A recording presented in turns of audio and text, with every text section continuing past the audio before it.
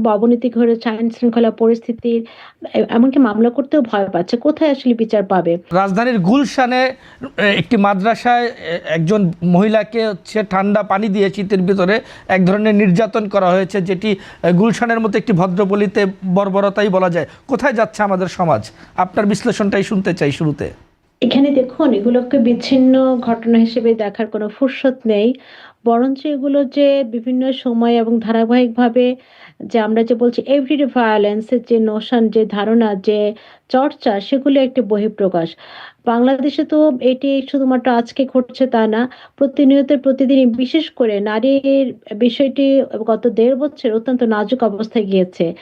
এবং এগুলোর অনেকগুলো কারণ আছে। একটা হলো যে আইন শৃঙ্খলা যে বিষয় বাংলাদেশে রয়েছে এখন, সেগুলোর খুব অবনতি ঘটেছে আইন শৃঙ্খলা পরিস্থিতির। আহ, কারণ মানুষজন এখন বিচার চাইতে, বিচারের আহ, এমনকি মামলা করতেও ভয় পাচ্ছে। কোথায় আসলে বিচার পাবে? পদ্মা সেতু, মেট্রো রেল এবং এলিভেটেড এক্সপ্রেসওয়ে নির্মাণের গর্বিত অংশীদার বসুন্ধরা সিমেন্ট।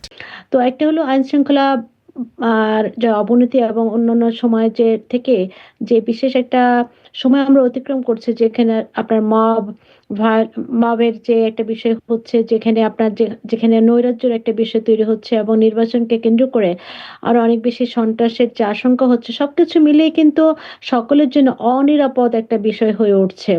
তো সেখানে নারীর অবস্থা আরো প্রান্তিক, কারণ নারীর ক্ষমতার স্তরায়নের দিক থেকে নারী যেহেতু ক্ষমতার অনেক নিচে বসবাস করছে, সুতরাং তার তার জন্য তার তার বিপরীতে যেটা আপনার নারী বিদ্বেষ, নারীকে হেনস্থা করা, নারীকে অপদস্থ করা, নারী হত্যা, এবং সবকিছু মিলে আসলে গত ১.৫ বছরে আমরা দেখেছি যে প্রান্তিক জনগোষ্ঠীর মানুষজন অনেক বেশি অনিরাপত্তা জায়গা তৈরি হচ্ছে।